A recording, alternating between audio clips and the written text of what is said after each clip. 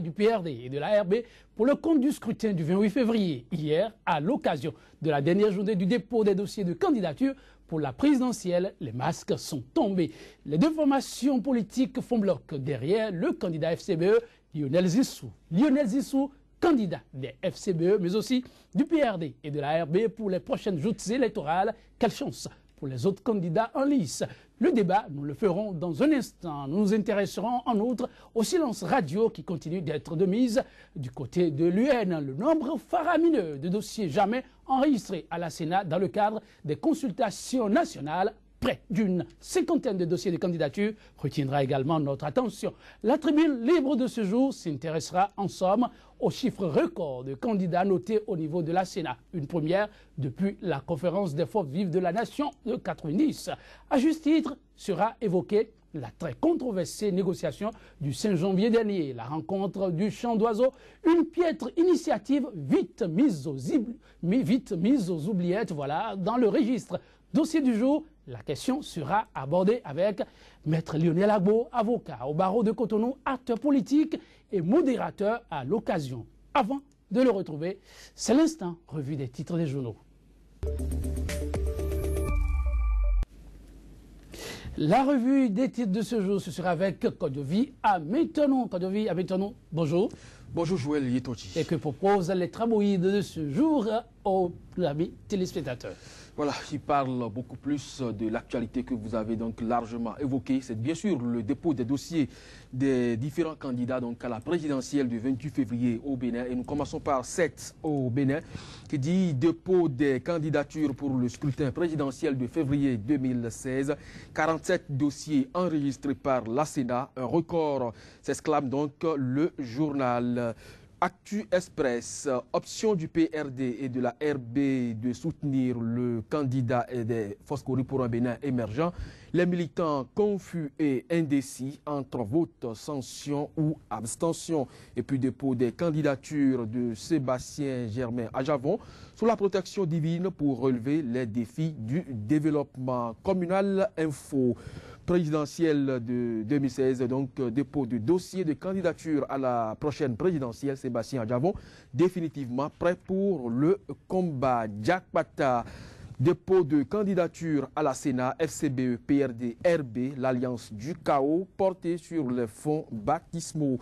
Fil info, élection présidentielle, Kogindro, l'espoir d'une action et puis tractation politique, PRD, RB et FCBE, porte Zissou. Info Sud, tractation politique, ce que Patrice Talon et les enseignants se sont dit samedi dernier. Puis, Commission électorale nationale autonome, Sébastien Adjavon officialise sa candidature pour le dépôt de son dossier. La nouvelle génération présidentielle du 28 février 2016, la candidature de Sébastien Germain Adjavon, prévalidée par la Sénat. Le candidat du peuple promet une meilleure gouvernance du Bénin sous son quinquennat. La nouvelle tribune, PFCBE, PRD, RB, UB, éclaireur, l'alliance du troisième mandat pour Boni Yahi.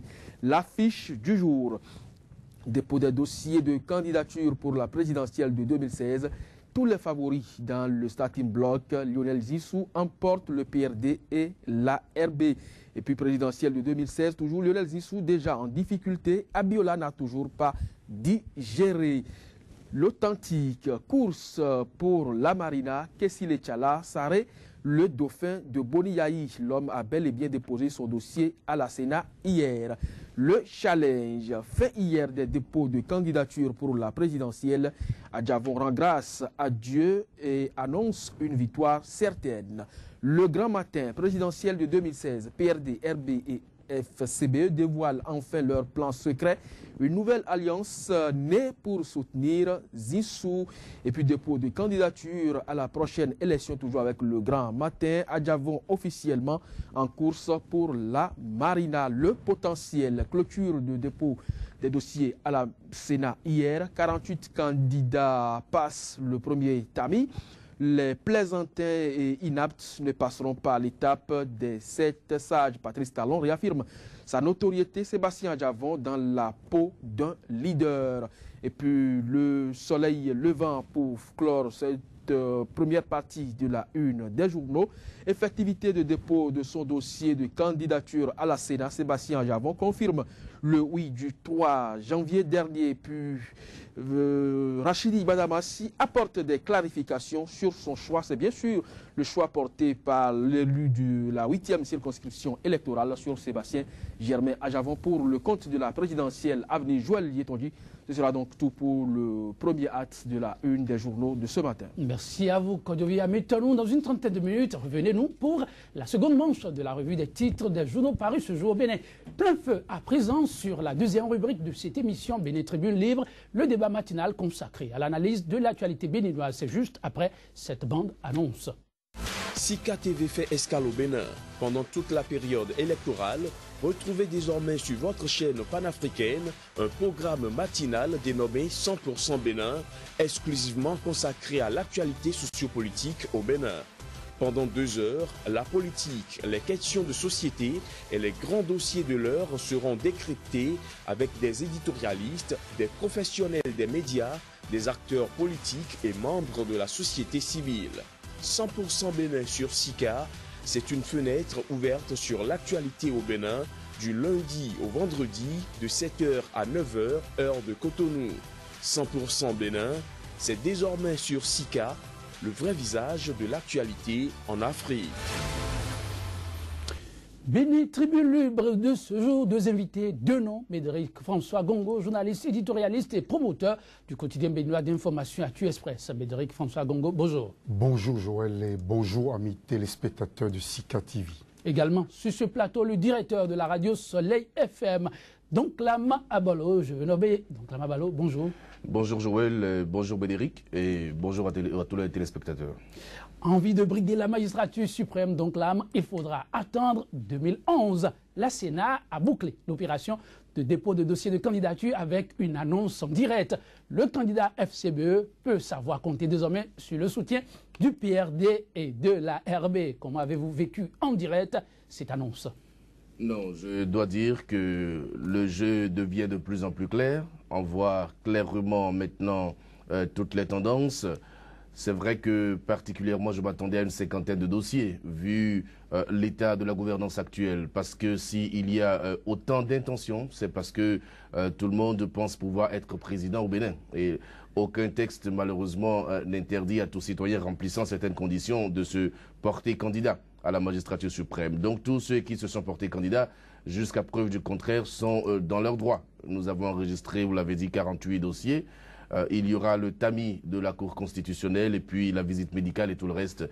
Mais je suis certain que, tel que les choses se passent, certains candidats vont sûrement tirer les conclusions. Les conclusions pour eux seront simplement qu'il faut aller ou il ne faut pas aller. Donc, par rapport au nombre, dans quelques jours, on aura beaucoup plus de clarifications.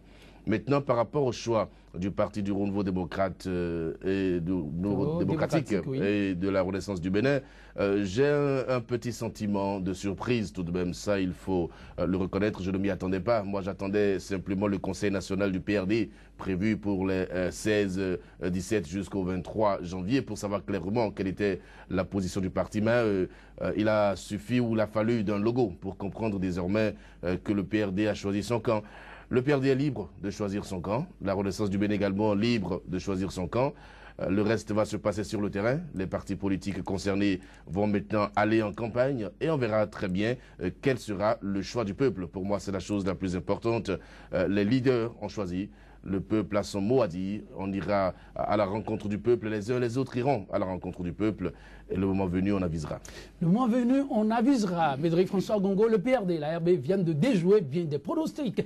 Très peu de gens vendaient très cher leur peau pour une telle liaison. C'était sans nul doute votre cas aussi. J'étais abasourdi, interloqué, évalué.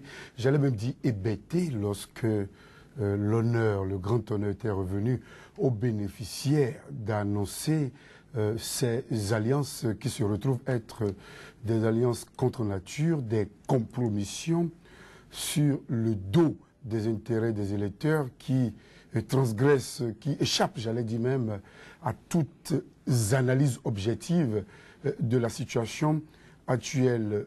Quel sens donner, quelle portée cette décision des deux tendances pourrait avoir d'abord sur la campagne électorale, sur la participation des électeurs et éventuellement sur les alliances, les contre-alliances à venir. Je crois qu'en situant cette décision dans le contexte, on peut facilement dire que ce sont des intérêts individuels, égoïstes, qui ont prévalu sur l'élan national, l'élan, la volonté du peuple constatée déjà. Des intérêts, Médéric, il y en a partout, mais s'il vous plaît, oui, dans exactement. ce qui s'est dessiné là, oui. Quelque chose a dû sans nul doute militer en faveur de Lionel Zissou. Quelque chose que les autres candidats n'ont sans doute pas. Je crois que Boni Yayi sentant le danger venir au niveau de la partie septentrionale par le refus du Buff du Bongo d'accompagner le candidat FCBE et face à la multiplicité des candidatures au niveau des 4 départements du septentrion, a voulu bien se rabattre sur la partie méridionale. Et là, je me refuse de croire que l'argent aurait parlé. Là, je mets 2 conditionnels, je mets 2 garde-fous pour donner toute confiance en la capacité de discernement des responsables de la Renaissance du Bénin, ce qui n'est pas évident parce que le père fondateur de la Renaissance du Bénin était contre cette décision des FCBE, ce choix à la limite égoïste et individuel du président de la République. Je me refuse également de croire parce qu'à l'intérieur du PRD, les tendances étaient diverses et multiples. Je me refuse d'accepter que ces soutiens qui se retrouvent être comme j'allais dire, un coup de massue pour moi sur le dos du Premier ministre candidat des FCBE, en ceci que les deux tendances, empêtrées dans leur divergence intérieure, vidées pour la plupart de leur substrat, représentent plus grande chose aujourd'hui. Et là, nous allons voir, au-delà des intentions des ténors politiques qui vont devoir se mettre sur le terrain pour expliquer, pour ramener les électeurs. Parce que là, le PRD va devoir nous justifier ce que c'était. Vous attendez encore les justifications. Le gouvernement ventilateur. Dites donc Lamabalo, dans ce qui s'est joué là, quelque chose a dû peser l'eau dans la balance. Non, mais pas en faveur des autres candidats. C'est sûr, et c'est pour ça que je suis d'accord avec Médéric. L'homme très mûr, sans nul doute. Je suis d'accord avec Médéric que le PRD... Lionel Zissou a un CV très riche. Laissez le CV. Mais qu'est-ce qui a milité en sa faveur? Je suis d'accord avec Médéric qu'il va falloir que le PRD et le RB nous donnent des explications sur leur choix. Vous attendez aussi des explications? C'est le minimum par rapport aux électeurs, parce que nous avons été informés de ce choix au dépôt des dossiers. Ce n'est pas ce qui avait été promis par le PRD. Est-ce que les populations trop tôt n'ont pas fait le choix? Une chose, le PRD faisait des consultations, à ce qui paraît. Oui, mais d'accord, les consultations, mais le Conseil national devrait pouvoir entériner au moins les consultations, les résultats des consultations. L'autre a demandé à ce qu'on écoute la base. La pression de la base a peut-être aidé. Non, pour moi, ce n'est pas le plus important. Le plus important pour moi, c'est que le peuple puisse faire son propre discernement. C'est important. Voyez-vous, dans la nuit du 19 au 20 mai 2015, nous avons frôlé le pire. La classe politique de l'opposition s'est arrangée pour sortir le président Adrien Mbedi de son silence, parce que pour le président Adrien Mbedi, politiquement, il n'y avait plus grand espoir. Et donc, dans la nuit du 19 au 20 mai, on a chanté l'hymne national. Et on a redonné espoir à tout un peuple. Ça veut dire quoi? Ça veut dire que dans cette nuit-là, on a pensé avoir freiné le régime. Où allez-vous? Vous l'avez dit? Aujourd'hui, il vient de noyer l'espoir du peuple. Aujourd'hui, le président Adrien Mbedi a fait son choix au peuple de tirer les conclusions. Première chose. Deuxième chose, pour le municipal, observez très bien la guerre qu'il y a eu entre le PRD et la Renaissance du Bénin. Et vous voyez très bien que même une délégation japonaise était venue rencontrer le président de l'Assemblée, et la cellule de communication de la mairie de Cotonou nous a dit que si M. Liadi Souglou faisait partie de cette délégation et que le président Mbedi n'allait pas recevoir la délégation. Ça, c'est la réalité politique. On a vu tout ça. Non, laissez tomber. En fait, il y a un minimum, n'est-ce pas, de constance ou de logique dans les choix. Maintenant, le PRD a oublié tout ça. Maître Adrien Mbedi a oublié tout ça. Et aujourd'hui, il a fait le choix de Lionel Zissou. Il a ses raisons. Moi, je n'ai rien contre son choix. Mais je veux dire ceci que le peuple a eu l'occasion d'observer que les partis politiques sont animés de cette façon-là. Vous pensez que si les partis politiques avaient des idéologies, on aurait trouvé cette conclusion-là? On n'en serait jamais arrivé là. Vous pensez qu'un parti politique de gauche peut tout d'un camp, ou bien tout dingo se retrouver, ou bien tout de gros se retrouver à droite, sans que personne ne leur demande des comptes. Voyez-vous, on a à tout refaire sur le plan politique. Et ça, c'est très important. Mais en même temps, je dis ceci, c'est maintenant le moment pour la jeunesse de prendre le pouvoir. Parce que toute cette classe politique, ces anciens, ces vieux n'ont plus rien à nous prouver. Lionel Zissou, il est jeune. Non, mais il est jeune, mais il a quel âge? Il a quel âge? Alors, par rapport à d'autres, vous savez, la jeunesse, c'est toujours relative. Non, attendez, quand je parle de jeunesse, je parle... vous l'excluez? Non, je ne l'exclus pas. Mais je dis, ce n'est pas ça qu'il nous faut comme modèle. Mais comme on le dit, nous sommes sur un terrain politique, le peuple a forcément son mot à dire. Et moi, j'attends les arguments sur le terrain. J'attends les arguments sur le terrain. En attendant les arguments, Médéric, dites, le PRD, ce n'est quand même pas rien. On ne peut pas oublier ce qu'il a eu comme résultat lors des législatives et même des communales. Parti d'opposition. La RB, on peut trouver encore érudit. Avec cette alliance, la messe n'est-elle pas dite? Je pense du tout pas. Ça, vous me suivez du peu.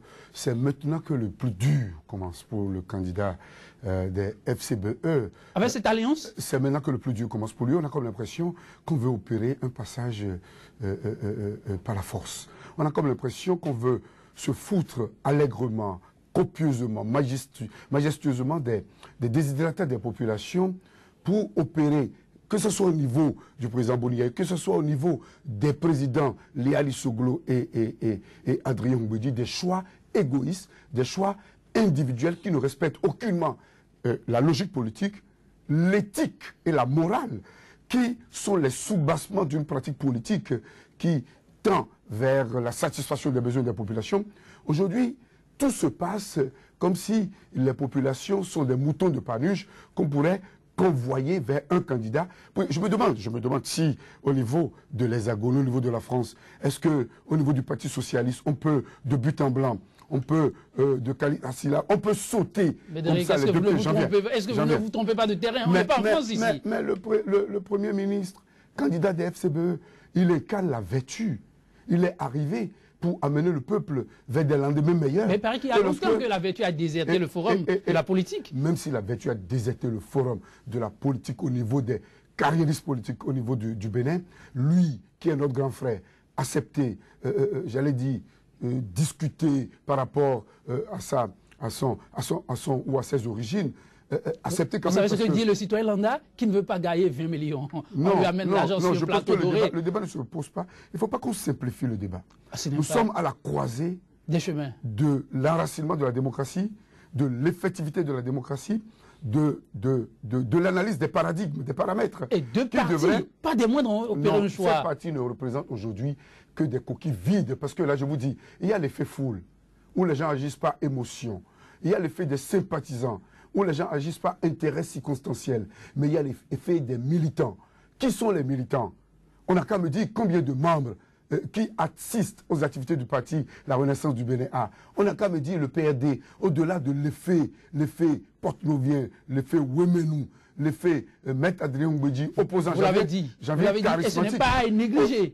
Au-delà de tous ces effets, est-ce qu'aujourd'hui, le PRD peut amener la population, les électeurs à comprendre que, après avoir dit gouvernement ventilateur, après les multiples communiqués pour dénoncer les concours frauduleux, les concours de la honte, les communiqués pour dénoncer les choix stratégiques du gouvernement en place, après avoir fait campagne pour les élections législatives, pour les élections municipales, sur la base de la négation, du déniement de l'action gouvernementale, qu'est-ce qu'on va dire maintenant en si peu de temps pour ramener dans une grande mesure la population, les électeurs de la RB et du PRD à suivre le mouvement? C'est en cela que moi je dis, j'ai comme l'impression que le Premier ministre, le candidat des FCBE, est jeté en pâture.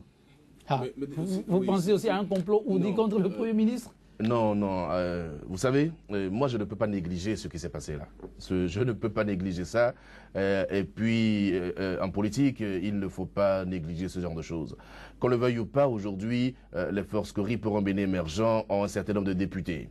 Le PRD également a un certain nombre de députés. La Renaissance du Bénin également. Et quand vous faites le point, ce sont les plus grandes forces politiques de notre pays. Exact. Ça, c'est l'évidence. Et donc on ne peut pas nier cette évidence, Médéric. Mais on ne peut pas non plus en vouloir au Premier ministre. Non, le Premier ministre ratisse large. Et derrière le Premier ministre, je vois également le président Boniaï qui a été sous-estimé. Moi, je pense que ça a été une erreur fatale de penser que le président Boniaï n'était pas très fort en politique. Non, je crois que c'est des cas d'école. Et ça, il faut étudier ça avec le plus grand sérieux. Négliger cette situation serait suicidaire pour la classe politique de l'opposition. Maintenant, c'est une nouvelle stratégie qu'il faut voir. Nous sommes en face de situations très dures. Et lorsqu'on est dans des situations très dures, ce sont les durs qui avancent. Et donc, il faut être dur pour avancer. Il faut avoir des stratégies pour avancer. Il faut maintenant attirer l'attention du peuple. Parce que, comme Médéric l'a dit, on ne peut pas continuer à conduire le peuple comme des boutons de panurge. Il y a des choses qui sont réelles. On ne peut pas continuer à ouvrir nos antennes aux hommes politiques, à couvrir leurs manifestations pour qu'ils disent des choses et que demain, ils viennent faire exactement le contraire de ce qu'ils ont dit. Ce n'est pas de la politique. Alors, si c'est comme ça la politique, je crois que ça va décevoir beaucoup de gens. Et je crois que finalement, le peuple qui donne le pouvoir doit pouvoir reprendre son pouvoir et le donner à qui il veut. Parce que, tenez-vous tranquille, je ne sais pas si réellement la base du Parti du Renouveau démocratique s'est exprimée. Je ne sais pas. Il faut continuer de vous interroger. Je ne sais pas. La Renaissance du Bénin aujourd'hui, on dit que c'est l'aile Léali. Ça veut dire quoi? Ça veut dire que le père et la mère nous ont servi ce que vous savez. Je ne sais pas si ils vont faire marche arrière. Je ne sais pas si ils vont dire autre chose. Au niveau de la Renaissance du Bénin, le président du parti n'a même pas pu se faire élire député à Cotonou. Ça veut dire aussi ce que ça veut dire. Et donc, il y a des considérations qu'il faut prendre en compte pour analyser la situation. Alors, peut-être que la solution aujourd'hui au niveau de l'opposition serait d'adopter une nouvelle stratégie, de voir les personnes ou les personnalités qui peuvent retirer leurs ambitions pour faire bloc également et faire face aux candidats du pouvoir. Parce que si nous n'arrivons pas à faire la rupture, c'est tout le peuple qui va prendre un coup. Nous sommes à un tournant décisif de notre histoire politique, de notre vie politique. Et c'est un tournant très dangereux. J'ai de la peine. Je ne veux pas laisser les émotions prendre le pas sur les analyses objectives que nous devons faire. Mais c'est qu'il ne faut pas négliger pareille situation. Et j'attends encore une fois que le PRD et la Renaissance du Bénin viennent expliquer au peuple béninois les fondements de leur choix. Vous les aurez, c'est sûr, c'est sûr. Vous savez, Lionel Zissou, ils l'ont expliqué, ce n'est pas personne. C'est beaucoup de charisme. Et c'est l'homme de la table ronde de Paris. Autant d'arguments et qui reviendront encore sur la table. Comment voyez-vous cette kyrielle de candidature faire finalement bloc pour pouvoir barrer la voie au plus pressé, si c'est de cela qu'il est question? Je crois qu'il se retrouvera seul contre tous. Lionel Zissou se retrouvera seul contre tous et il va devoir, tel le diable dans un bénitier, se battre pour d'abord continuer de justifier ses origines. Deuxièmement, donnez-nous la preuve qu'il ne va pas poursuivre sur le chantier nauséabond des erreurs, des égarements, des écartades et finalement, j'allais dire, des compromissions et des compromis à défaut du consensus. Je veux bien croire qu'il va donner la preuve que ce qu'il n'a pas pu faire en 9 mois, c'est-à-dire donner de l'énergie au peuple, permettre au dialogue social d'être d'une effectivité évidente, amener le peuple à se soustraire d'une économie purement fiscale, redonner l'espoir à la jeunesse, comme on le dit, je veux bien croire qu'il va réussir à le faire en si peu de temps. Mais quelle sera la posture que le PRD et la Renaissance du Bénin vont adopter devant leur électorat? Je crois que là, nous sommes dans un marché de dupes. Il a eu certainement des tractations. Il devrait avoir des accords de gouvernement assortis de quelques intérêts prébendiers très rapides. Il devrait avoir des solidarités outre sphère qui se seraient certainement opérées. On a parlé de quelques mouvements de certains avions dans certains pays du continent ces derniers moments, d'une haute personnalité de la nation béninoise. Est-ce que, fondamentalement, les frondeurs au niveau du PRD n'ont pas raison? Est-ce que l'implosion que nous constatons au niveau de la Renaissance du Bénin n'est pas pour la renaissance véritable de cette tendance? Je pense que nous devons opiner, nous avons l'obligation d'opiner, mais nous avons également la responsabilité sociale de discipliner les acteurs politiques. Parce qu'on ne fait pas de la politique rien qu'en mettant au cœur des considérations des intérêts égoïstes et inavoués. On fait de la politique en représentant un point où convergent les intérêts, les desiderata, les besoins, les désirs des populations qu'on va porter plus loin, évidemment, qu'au Bénin. Et là, je l'ai toujours dit, nous n'avons pas de système politique.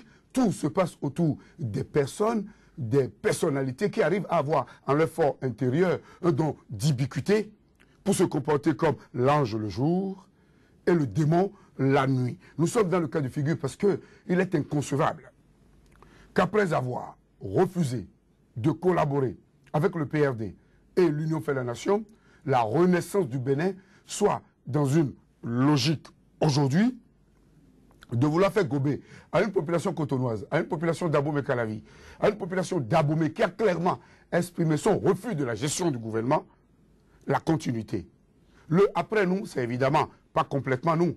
C'est après nous, c'est nous, mais avec nos ennemis d'hier. Maintenant, de voir la réaction sur le terrain. Je viens bien. Oui. Quelle sera l'efficacité de cette décision sur la clarification du paysage politique, sur la perception que les populations, l'intériorisation que les populations devraient faire des relations, de leurs besoins pour amener les partis politiques à mieux agir. La pré-campagne se poursuit, vous allez le découvrir dans peu de jours, mais il faut constater que si le PRD et la RB ont donné la conduite à suivre, il y a l'UN qui jusqu'à présent n'est pas parvenu à se décider. Dans l'ombre, les tractations, paraît-il, se poursuivent. Éric Rondeté a fini par sortir la tête de l'eau, si Emmanuel Golou a fini par rengader, lui, il compte aller de la bataille. Vous avez suivi donc Lama Balo un peu tout ceci de très près. Vous voyez finalement l'UN avec la nouvelle donne dans quelle posture? Bon, avant de parler de l'UN, je veux dire très rapidement que nous ne devons pas négliger, encore une fois je le dis, ce qui se passe là, parce que nous connaissons le niveau de discernement de notre peuple. Alors moi je ne sais pas comment ça va se passer, parce que le PRD, par la personne de l'honorable Augustin Arwambwebla, le PRD a géré la liste électorale, le COSLEPI, le président de la République avec la Sénat et la Cour constitutionnelle. Vous connaissez les appartenances politiques et ils ont la machine de l'État. Et donc nous avons le président de la République et la deuxième personnalité de l'État derrière un candidat, ce n'est pas négligeable. Ça, c'est une réalité politique, il faut le dire. Maintenant, l'Union fait la nation, puisque vous en parlez, et là, vous avez vu l'un des candidats à la candidature unique a déposé sa candidature, donc l'honorable Éric Rondeté notamment. Ça veut dire quoi? Ça veut dire qu'au niveau de l'Union fait la nation, il y a une cassure. Et ça, c'était prévisible. Vous savez très bien que dans cette formation politique, on se bat qui pour soutenir Patrice Talon, qui pour soutenir Sébastien Germain-Javon.